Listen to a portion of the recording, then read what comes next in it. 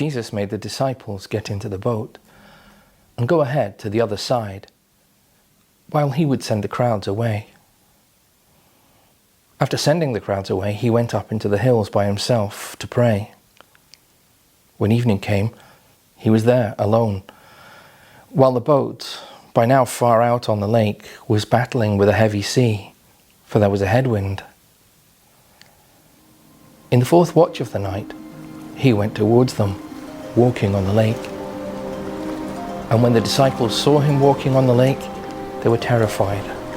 "It is a ghost," they said, and cried out in fear. But at once Jesus called out to them, saying, "Be of good cheer. It is I. Be not afraid."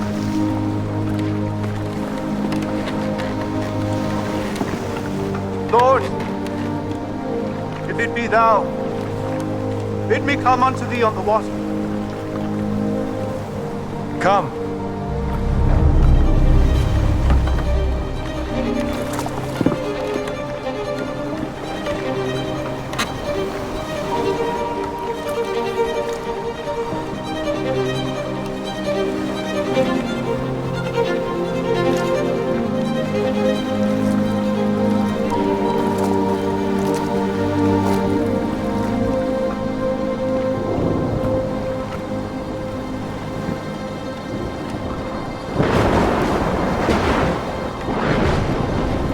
Lord, save me.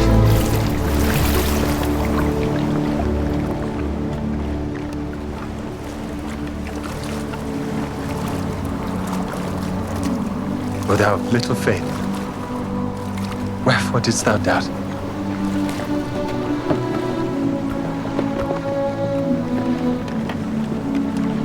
Of a truth, thou art the Son of God.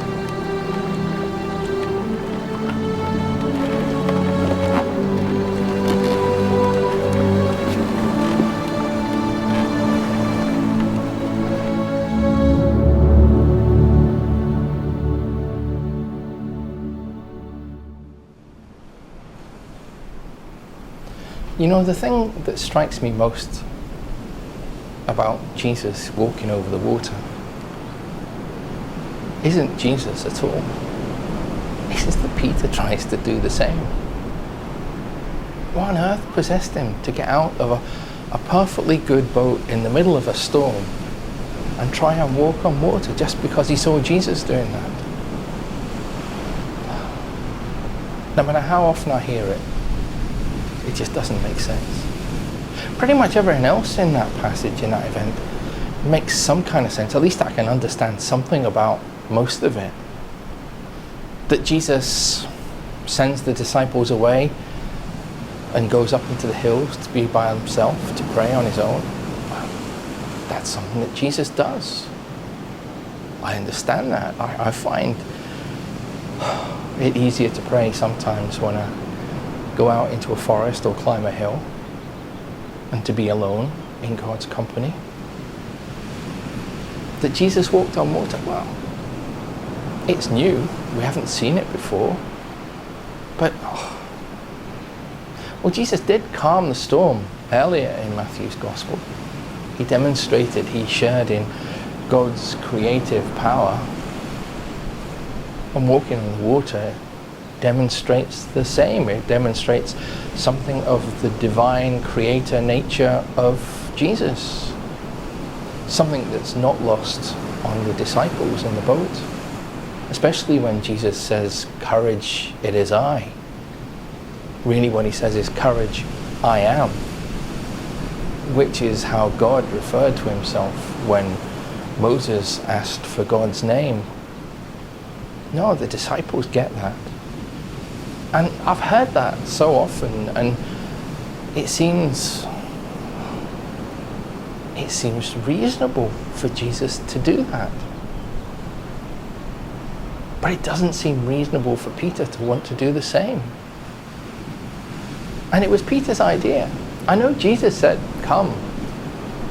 But it was Peter who said, "If it is you, tell me to come to you across the water." I just don't get it. it doesn't serve any real purpose, any practical purpose that I can see. I know there's a lot of symbolism in this passage.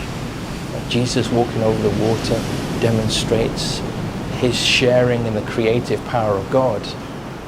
The reference to I am identifies Jesus with God. The boat is often seen to symbolize the church. And there's all sorts of symbolism around that. And we can learn a lot by reflecting on that passage and trying to understand what Matthew's trying to tell us. But I just don't get Peter and his desire to walk on water.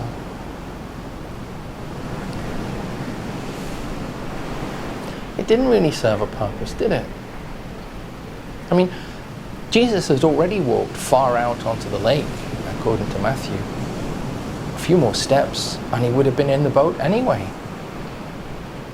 If the disciples really wanted to do something to help him, why not just turn the boat around and sail towards him? They would have had a tailwind. It would have been quick. But Peter getting out doesn't do anything.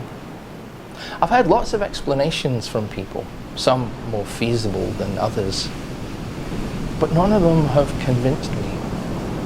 And no matter how often I listen to that passage, I'm left with that question. What possessed Peter to get out of the boat?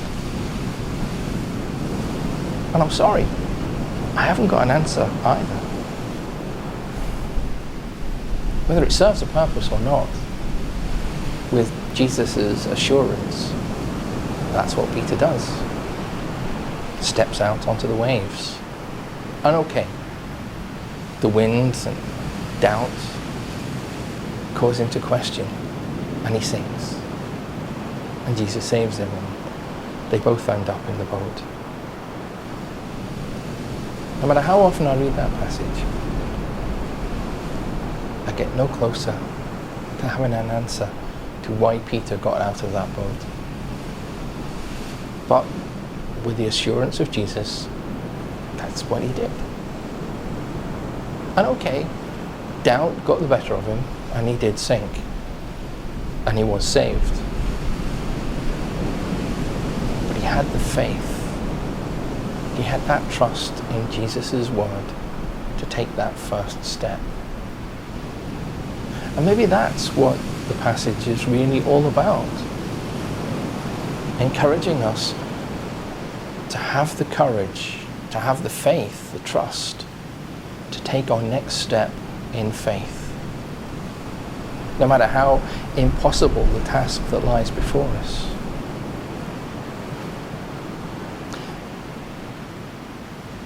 But over all the years that I've been thinking about that passage, there's something else that plays on my mind.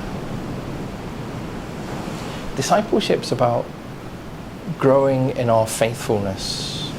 It's about following ever more closely the example of Jesus to prefer absolutely nothing to the will of God. And that makes sense to me. That we're to try and understand, to discover, to discern the will of God and then follow it faithfully. That, for me, is what being a disciple is really all about. Living the life that God created us for, not just living the life we want to live ourselves. But what Peter does hasn't made me question that. I still believe that. But it's not quite as straightforward. That's not, or maybe it is all that God asks of us. But maybe it's not the only thing that God's willing to accept from us. Now, in the church, people do all sorts of weird and wonderful things to express their faith. Some things that have no real practical advantage to anybody. They don't help anybody at all, not even the person performing their weird and wonderful acts. I always wonder what that's about, you know? Why do people want to do these things? But then why did Peter want to get out of the boat? And Jesus let him. Jesus let him. Maybe that's all that Peter could think of to demonstrate his faith, to express his faith. Maybe in the heat of the moment and the torment of the storm, Peter wanted to demonstrate that he trusted in Jesus. He knew who he was and he believed in him, and he wanted to do something. And in that moment, he didn't know what God was asking of him, but he wanted to do something that demonstrated his faith. And Jesus accepted it. Maybe that too is what the gospel is about. Maybe it's a cautionary tale to people like me that think we should all be striving to discern the will of God and comply with it to the best of our ability. Yeah, maybe we should. But it's not the only expression of faith that God is willing to accept. God will accept whatever expression of faith that we are able to make. And maybe we need to do the same. Maybe I need to learn not just to be tolerant of the strange behavior of some faith-filled people, but be grateful for the faith that they have, no matter how they choose to express it.